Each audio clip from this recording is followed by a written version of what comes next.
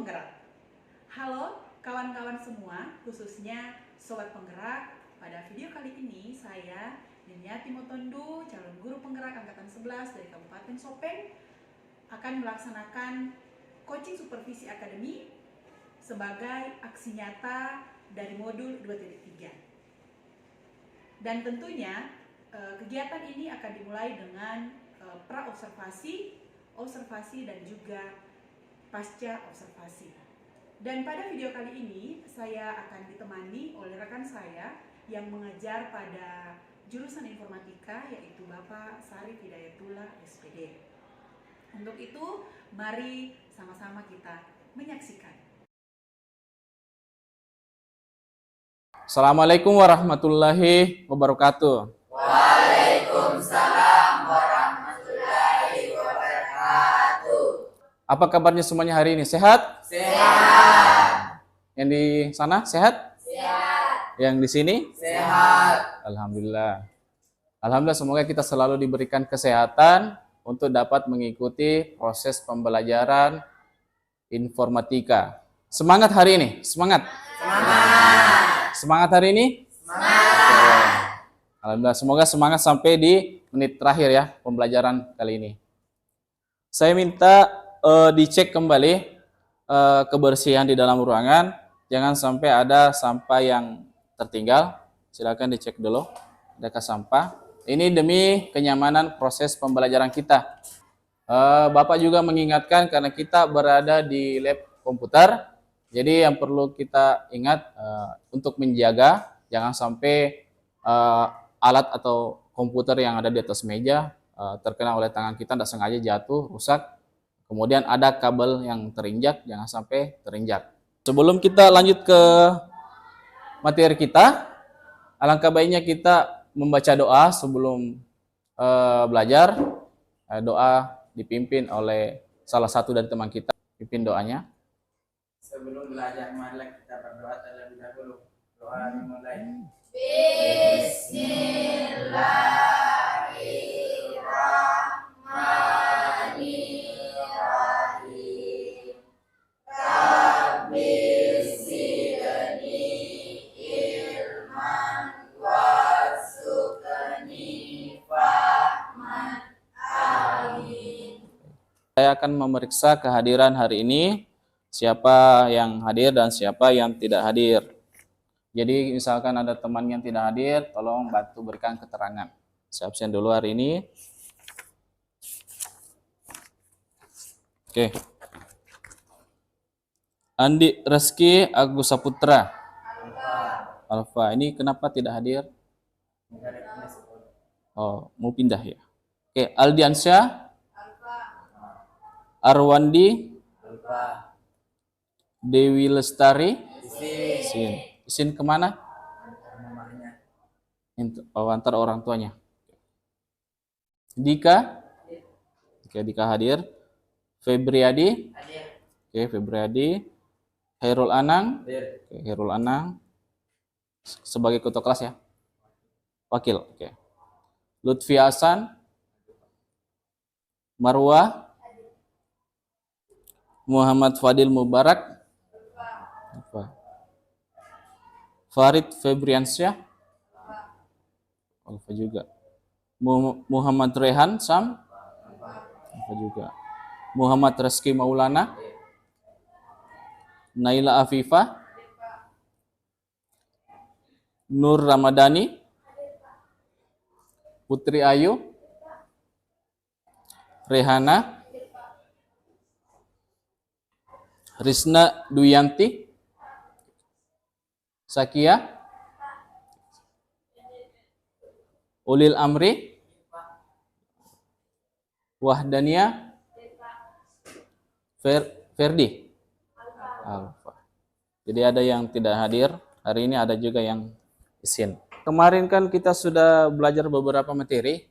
Materi kemarin kita sudah pelajari. Minggu lalu apa yang pernah kita pelajari? Sistem bidang komputer. Oke, jadi kali ini kita akan belajar tentang operasi logika proporsional.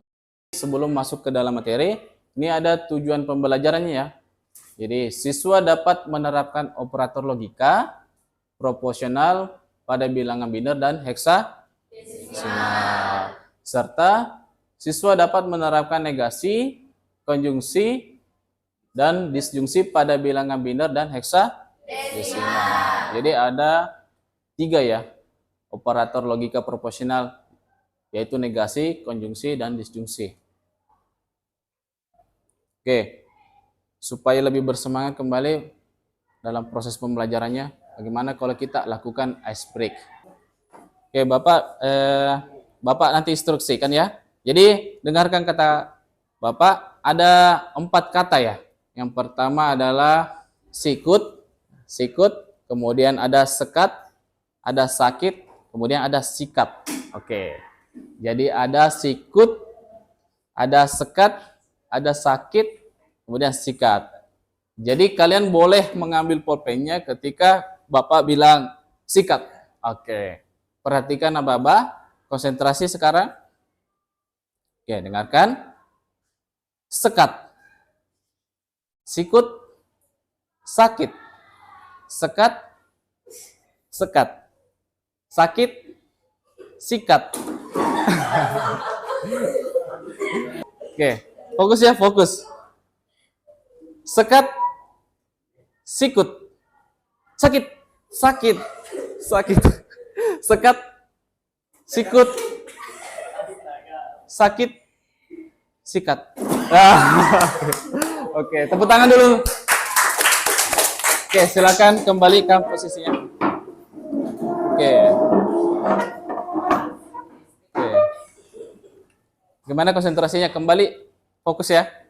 Fokus kembali. Lebih semangat lagi? Oke, mantap. Bapak mau bertanya sedikit. Jadi, pernahkah kalian mengerjakan soal pilihan ganda? Pernah. Kalau begitu, bagaimana kalian tahu mana jawaban yang benar dan yang salah? Gimana?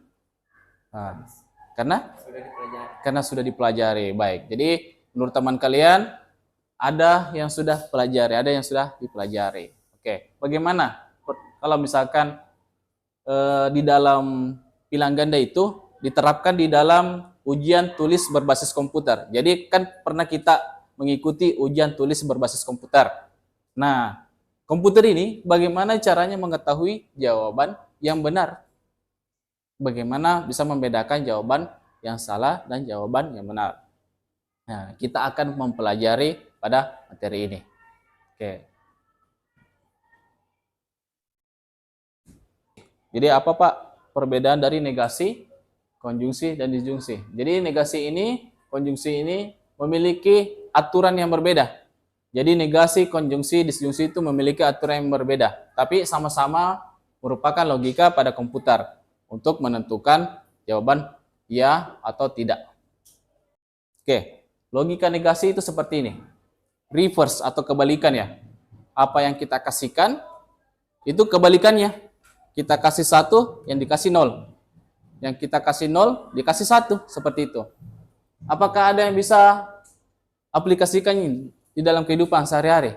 Contohnya, misalkan listrik tidak ada, tapi dia menyala. Adakah yang bisa? Ada? Oke, lampu jalan. Ada lagi? Lampu cas. Oke, jadi dari teman kalian ada yang mengatakan dari lampu cas dan lampu jalan. Tepuk tangan dulu. Jadi, konjungsi. Nah, konjungsi ini mewajibkan 2 nilai awal. Ya, tadi kan negasi cuma 1 nilai awalnya. Kalau konjungsi itu butuh 2 nilai awal. Harus ada 2 nilai awal atau lebih. Yaitu misalkan nilai awal A dan kedua nilai awal B. Nilai awal A kita beri nilai 1. Nilai awal B kita beri nilai 1, maka hasilnya bernilai 1. Jadi lampunya menyala. Lampunya menyala. Nah, kalau misalnya nilai awal A kita kasih nilai 1, sedangkan nilai awal B kita berikan nilai 0, maka hasilnya akan 0. Oke. Selanjutnya adalah disjungsi. Disjungsi ini sama dengan konjungsi. harus memiliki dua nilai awal. Harus memiliki dua nilai awal. Ini tidak apa-apa kalau salah satunya ada yang bernilai 0. Tetap lampunya menyala. Misalkan, perhatikan di atas, nilai A kita beri, nilai awal A kita beri nilai 1. Kemudian nilai awal B kita beri nilai 0. Maka hasilnya akan bernilai 1. Kebalikan dari konjungsi tadi, kalau kejadiannya seperti ini, maka lampunya akan bernilai 0. Nah, ini kan kita mengkonversi tadi dari bilangan biner untuk logika ya. Untuk melakukan operasi logika. Jadi selama ini biner itu kita gunakan untuk operasi logika. Bagaimana kalau misalkan heksadesimal?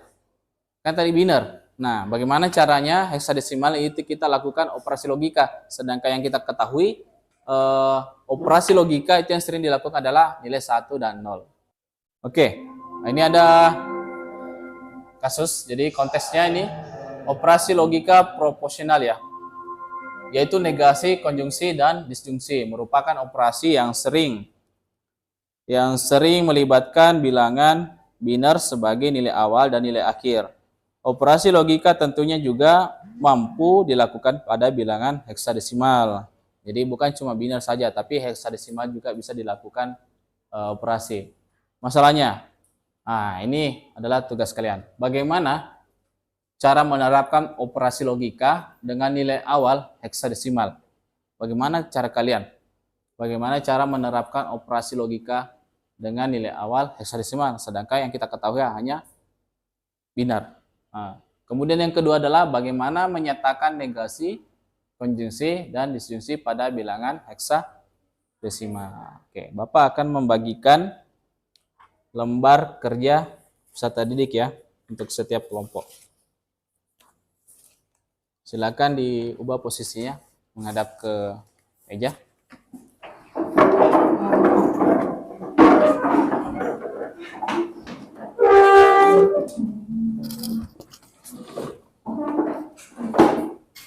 Oke. Nih. Ditulis nanti. Diisi ya nama anggota kelompoknya. Ada pulpennya? Ada? Nih. Oke. Diisi. Tulis nama anggota kelompoknya. Ini juga tulis nama anggota kelompoknya. Pastikan lengkap ya.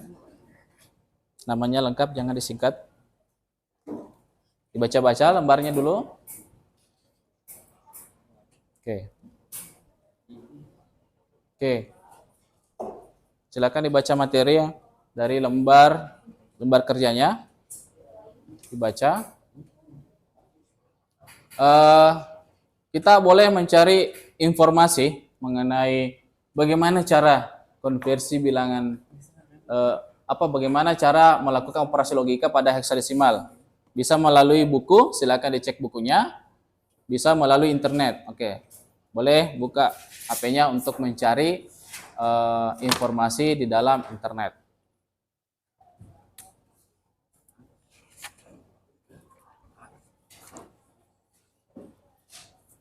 Oke. Kelompok 1 coba disebutkan namanya. Jadi ini kelompok 1. Coba disebutkan namanya. Siapa? Dika, Marwa, Zakia. Oke. Jadi kelompok 1 yaitu terdiri dari Dika, Marwa, dan Zakia ya. Oke. Jadi kelompok 1. Nah, kelompok 2. Kelompok 2. Oke, jadi ada Rehana, siapa? Musfira, Wahdaniyah, dan Putri Ayu. Jadi 3 anggota kelompok dari kelompok 2. Kelompok 3. Mana? Oke, jadi kelompok 3 terdiri dari Naila Afifa, Nur Ramadhani, Risna, Duyanti, kemudian Reski. Jadi ada 4 orang ya, 4 orang. Kemudian dari kelompok 4 ada berapa orang? 4. Ada 4. Yaitu siapa ini? Anang, Khairul Anang, Lutfi Hasan, Lutfi Hasan, Ulil Amri, Ulir Amri, dan Febriadi. Febriadi. Oke. Silakan didiskusikan bagaimana cara menerapkan operasi logika dengan nilai awal heksadesimal kepada teman kelompok. Nah, semuanya aktif ya, semuanya aktif. Boleh pakai HP-nya, cari di internet. Ada juga yang buka buku cetaknya, cari referensi dari internet. Bagaimana cara menyatakan negasi, konjungsi, disjungsi pada bilangan heksadesimal. Kerjakan sesuai instruksi ya. Ada di halaman belakang. Ya.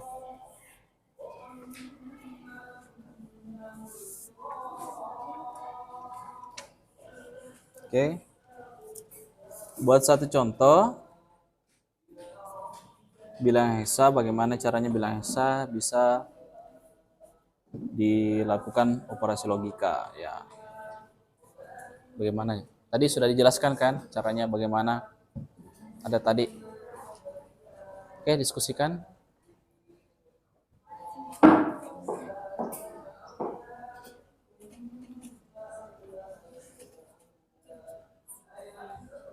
Gimana?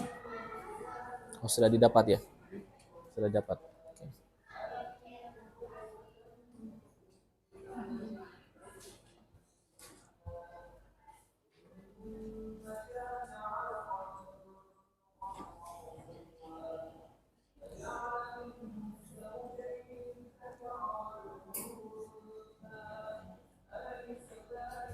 Kalau ada yang tidak dipahami silakan bertanya.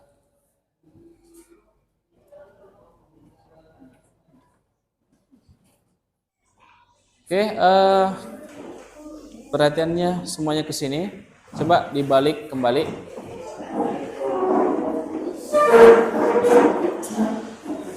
Balik posisi duduknya.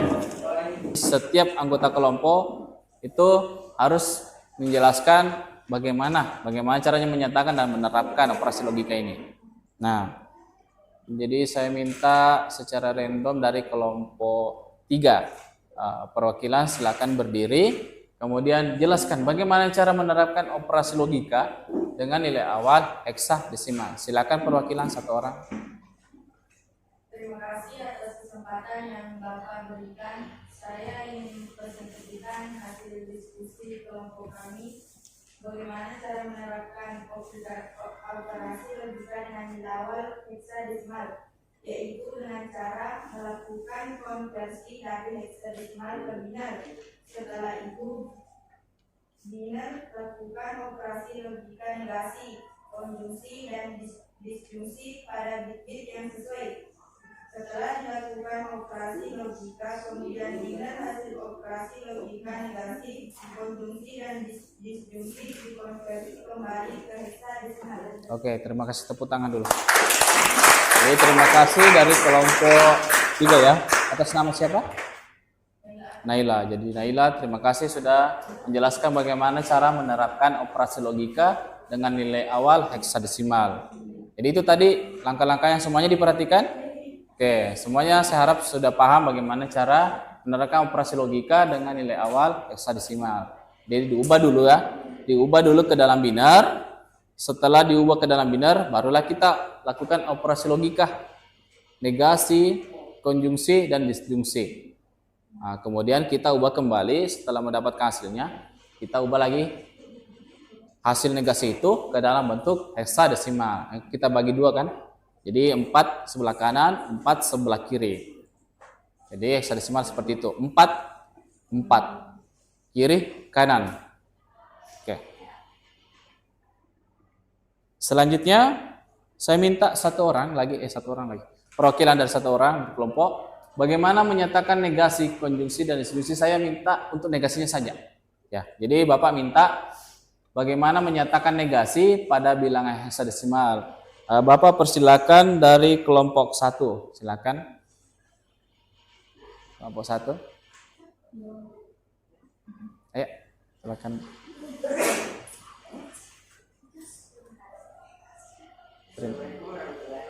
Waalaikumsalam warahmatullahi wabarakatuh. Ayo, jawab semua. Waalaikumsalam warahmatullahi wabarakatuh. Saya dari kelompok 4 ingin presentasikan durasi dari Kelompok 1 ya, kelompok 1. Kelompok satu. Iya, kelompok 1 tentang negasi, logika negasi. ya, silakan. Kita melakukan operasi logika negasi dari awal misalnya F4 diubah ke binar menjadi 1 Setelah itu dilakukan logika 00001011 yang jika diubah ke heksadesimal akan menjadi B, maka negasi dari F4 adalah B. Oke, terima kasih, tepuk tangan dulu. Oke, itu tadi dari kelompok 1 ya. Bagaimana cara bisa mengkonveksi bilangan heksadesimal untuk dinegasikan ya. Bagaimana cara heksadesimal ini dilakukan operasi logika negasi itu tadi. Jadi diubah dulu, kemudian dilogikakan. Nah, itu tadi saya harap semuanya sudah paham ya. Oke, kita pindah lagi. Tadi kan sudah negasi ya. Sekarang saya mau bertanya mengenai konjungsi ya. Jadi bagaimana kalian menyatakan konjungsi pada bilangan heksadesimal? Ini ada konjungsi ya. Bagaimana kalau konjungsi ini diterapkan untuk operasi logika? Saya minta dari kelompok 2 ya. Saya di kelompok 2. Silakan. Dari nama siapa? Perkenalkan, saya Fitrayo dari kelompok 2 mempresentasikan Ya. hasil diskusi kelompok kami. Ya. Bagaimana konjungsi pada bilangan heksadesimal? Jika melakukan operasi logika konjungsi, maka harus disiapkan 2 nilai awal heksadesimal. Misalnya nilai awal A adalah 4 sama dengan 1110100 dan nilai awal B adalah 18 sama dengan 001100. Jika dilakukan operasi konjungsi, maka dihasilkan akan menjadi heksadesimal 10 dengan binar 001000. Oke, sekian silakan. Jadi itu tadi dari kelompok 2 ya, bagaimana cara kerja konjungsi. Bagaimana menyatakan konjungsi pada bilangan heksadesimal. Oke, sudah dijelaskan oleh kelompok 2. Nah, tadi sisa ya, masih ada satu kelompok ya belum. Nah, kelompok yang terakhir yaitu kelompok 4. Jadi bagaimana menyatakan disjungsi? Ya, tadi ada negasi konjungsi, sekarang disjungsi untuk kelompok 4. Bagaimana menyatakan disjungsi pada bilangan heksadesimal? Silakan kelompok 4. Satu orang. Assalamualaikum warahmatullahi wabarakatuh. Waalaikumsalam warahmatullahi wabarakatuh. Perkenalkan, nama saya Indra, perwakilan dari kelompok 4 yang akan mempresentasikan tentang bagaimana menyatakan bilangan disjungsi pada bilangan heksadesimal. Jika melakukan operasi logika disjungsi, maka harus disiapkan 2 nilai awal heksadesimal. Misalnya, nilai awal A adalah F4 sama dengan 111101000 dan nilai awal B adalah 1800011000. Jika dilakukan operasi konjungsi, maka dihasilkan menjadi heksadesimal FC dengan binar 1111110. Oke, baik. Dan Assalamualaikum warahmatullahi wabarakatuh. Jadi itu tadi dari kelompok 4 mengenai bagaimana menyatakan disjungsi pada bilangan heksadesimal. Nah, setelah kita pahami tadi, bagaimana kalau misalkan dari setiap anggota kelompok saya minta buatkan satu heksadesimal untuk diselesaikan oleh kelompok 1. Misalkan heksadesimal sekian. Tolong kelompok 1 bagaimana bentuk negasinya? Adakah yang bisa dari kelompok lain? Assalamualaikum warahmatullahi wabarakatuh. Waalaikumsalam warahmatullahi wabarakatuh. Saya dari kelompok 3 memberikan pertanyaan bagaimana Konveksi ke negasi. mengonversi negasi Tadi A? 3A. Oh, 3A ya, 3A. Tulis 3A. Ya, 3A. Oke, kedua. Jadi ada 4 kelompok, jadi masih ada 3 ya. Jadi dari kelompok negasi boleh juga bertanya. Saya ingin memberikan pertanyaan dari untuk kelompok 2 tentang negasi, yaitu negasi 7C. 7C. Oke. Silakan. Dicatat. Oke, cukup 2 saja kelompok. Silakan dijawab. Saya kasih waktu sedikit untuk menjawab. Oke, sambil menunggu jawaban dari kelompok 2, kelompok 1 akan menjawab pertanyaan dari kelompok 3 ya. Waalaikumsalam warahmatullahi wabarakatuh. Saya jika dari kelompok 1 menjawab pertanyaan dari kelompok 3. 3. Ya. Untuk negasi saya 3A, yaitu DB. Kalau tidak benar dikoreksi. Dan terima kasih. Assalamualaikum warahmatullahi wabarakatuh. Itu DB. Jadi hasil dari negasinya itu adalah DB. Apa tadi pertanyaan tak? A? A3 atau 3A? 3A. 3A itu kalau dinegasikan menjadi DB. Tuh. DB. Oke. Tepuk tangan dulu untuk kelompok 1. Hah? Bagaimana? Sudah? Waalaikumsalam warahmatullahi wabarakatuh. Tentang bagaimana menerapkan Negasi berapa? 7C 7C menjadi 011 ya. Nah, terus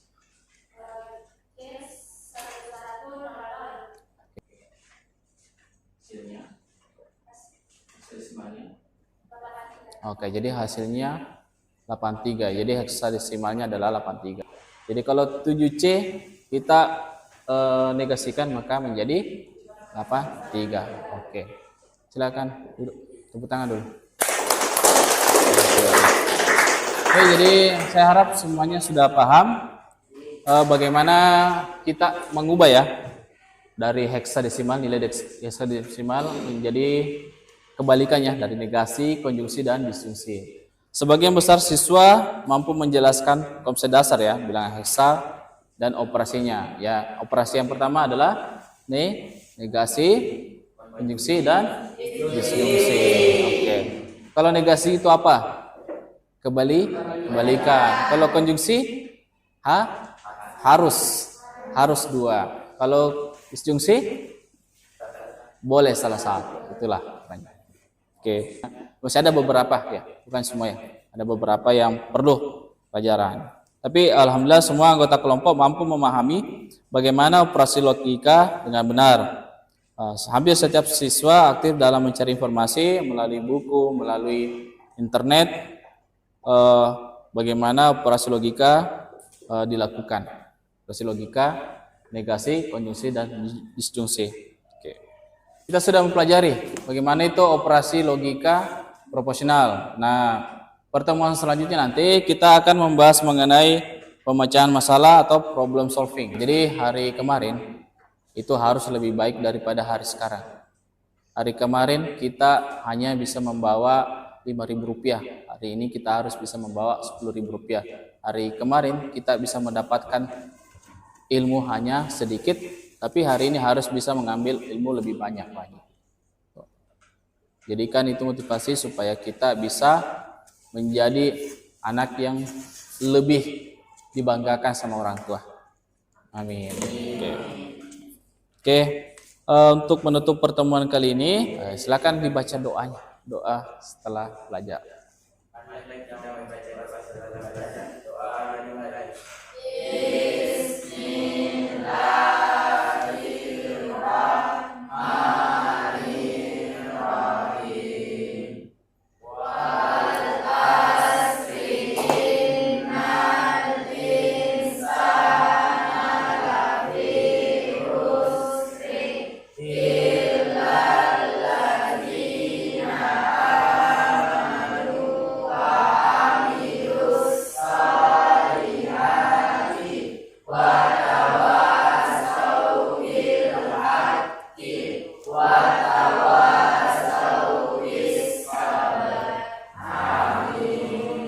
Sekian pertemuan hari ini. Assalamualaikum warahmatullahi wabarakatuh.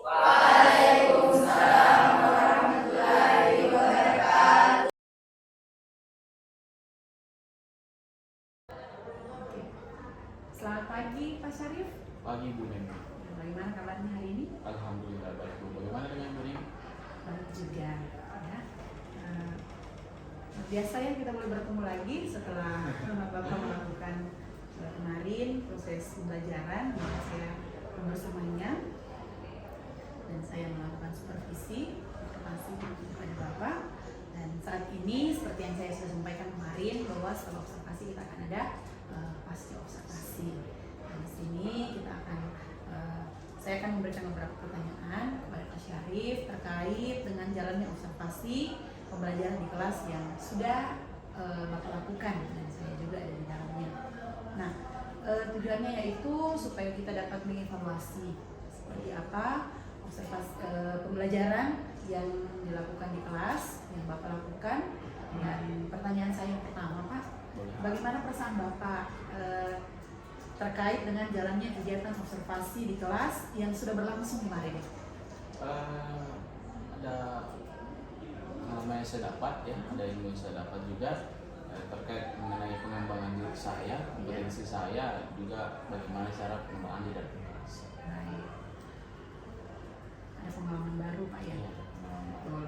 Nah, bisakah diceritakan kembali, Pak, bagaimana area yang dikembangkan di kelas ketika Bapak mengadakan pembelajaran dan apa langkah-langkah yang Bapak lakukan dalam pembelajaran? Di pembelajaran yang saya terapkan ini itu PBL ya, Iya. problem based learning, di mana anak-anak saya bagi ke beberapa kelompok, Iya. kemudian setiap siswa itu saya tentukan di kelompok 1, kelompok 2, kelompok 3, kelompok 4. Kemudian setelah itu saya berikan sebuah lembar kerja peserta didik. Kemudian mereka dipandu untuk mengerjakan seperti itu.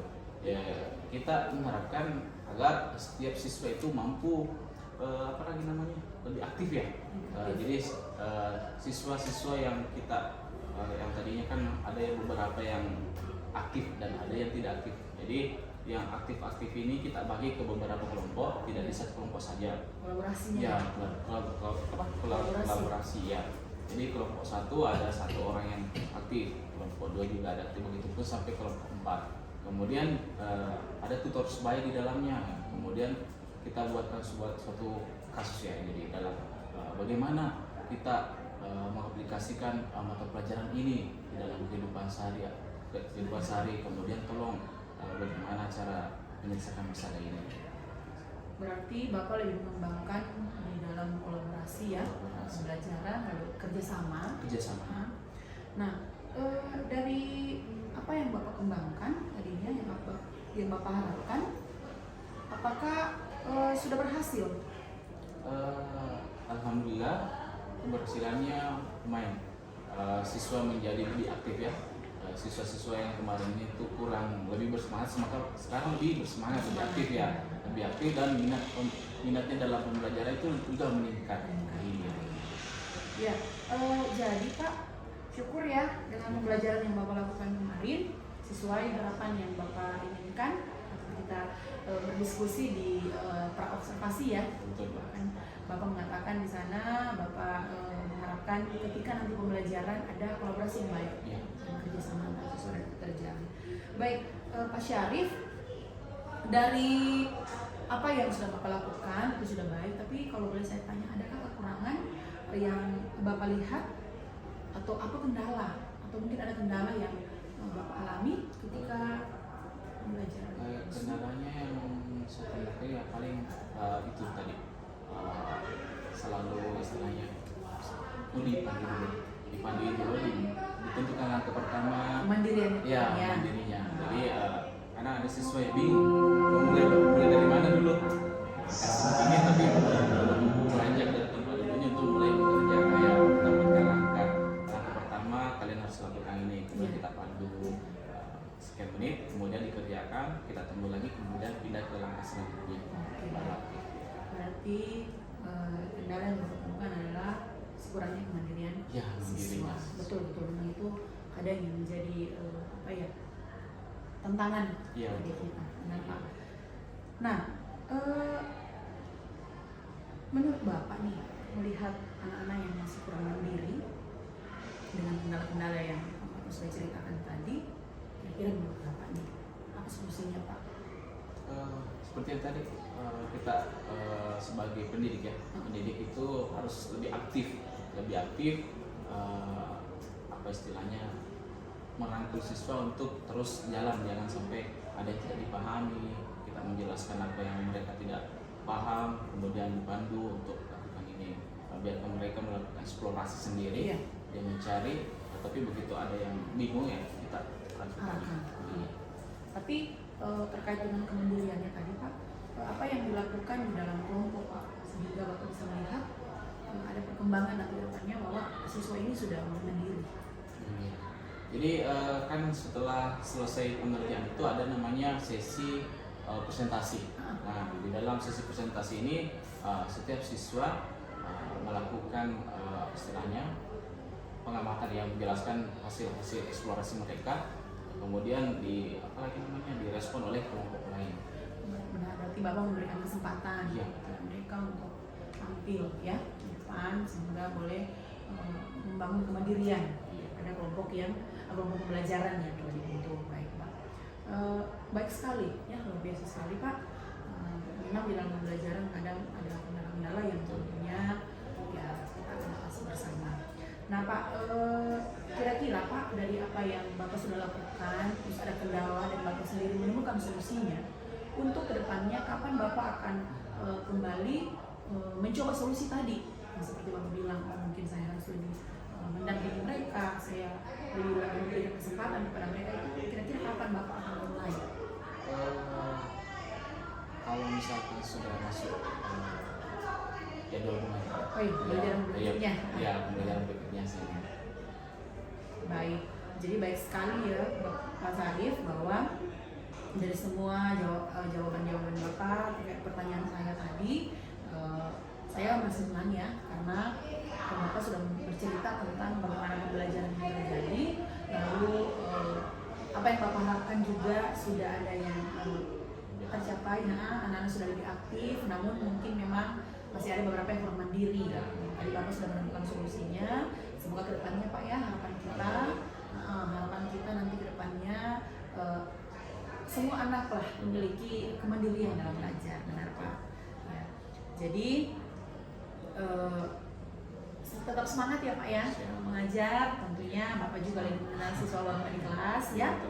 Saya percaya dengan semangat Bapak, apapun itu kendalanya pasti bisa kita lalui. Nah, karena saat ini Pak, saya juga dibersamai oleh pengajar praktik saya di pendidikan guru penggerak. Mungkin Bapak bisa memberikan umpan balik atau masukan-masukan Pak bagi rekan saya. Jadi setelah mengamati tadi proses percakapan coachingnya di kegiatan observasi, kata-kata saya tahu dulu Bapak guru mata pelajaran Saya pelajaran informatika Pak. Iya. di kelas berapa? Di kelas 2 dan kelas 1. Iya. Kelas 3 masih 13. Jadi yang dilakukan tadi namanya percakapan coaching. Nah, dalam percakapan coaching itu ada 8 prinsip sebenarnya. Ini kan prinsip coaching itu kemitraan ya. Tidak ada istilah saya di atas ibu atau bapak lagi sama kemitraan. Hanya dalam hal ini bagaimana Ibu Neni sebagai coach, saya sebagai coach menemukan solusi dari permasalahan yang dihadapi. Tapi yang menemukan tentu bapak sendiri, bukan atas arahan dari Neni. Dari informasi Neni hanya menggali dengan beberapa pertanyaan sampai bapak sendiri menemukan oh iya ternyata seperti tadi solusi yang sudah ditemukan. Di kemitraan itu yang pertama sebenarnya itu sudah ditetapkan dari tujuannya. Tujuan percakapan itu adalah kemudian tidak menggurui. Itu yang kedua. Jadi ini tidak menggurui bahwa oh bapak salah, bapak harus begini. Tidak. Itu yang harus dipahami karena masalah yang kedua proses kreatif. Dalam percakapan tadi itu kan tetap ada proses kreatif. Percakapan itu yang lebih banyak berbicara tentu coach, yang lebih banyak membukakan atas pertanyaan-pertanyaan yang dibukakan oleh coach. Jadi coach melakukan itu pertanyaan secara terbuka, tidak boleh pertanyaan tertutup, misalnya siapa, apa, bagaimana, sehingga berkembang percakapan terbuka. Kemudian mendengarkan dan merangkum perkataan ikan sejawat, lalu bertanya, lalu banyak bertanya. Pertanyaan yang menarik itu pertanyaan yang menggali, ya seperti tadi disertakan. Kemudian memaksimalkan potensi. Ini juga harus perhatikan. Ketika si coach memaksimalkan potensi coaching, itu ada 3 indikator yang harus dipenuhi. Pertama, percakapan menunjukkan tindak lanjut konkret. Saya dengan tadi tindak lanjut konkretnya dari bapak itu solusi bagaimana selain merangkul siswa tadi. Kemudian tindak lanjut konkretnya selain dari bapak sambil tadi ditanyakan apa lajak kamu bilang itu, berarti itu tindak lanjut yang diharapkan bisa diulangi. Lalu pertanyaan itu ditutup dengan kesimpulan dari sejauh itu bapak sendiri menyimpulkan bagaimana solusi yang akan dirasakan. Jadi saya mengatakan bahwa proses coaching dalam percakapan pasca observasi ini sudah sesuai dengan apa yang diperhatikan, sudah memenuhi kriteria dari prinsip coaching, yaitu kemitraan. Kemitraannya tampil ada, proses kreatifnya ada, memaksimalkan potensi coaching ada juga. Artinya memenuhi apa yang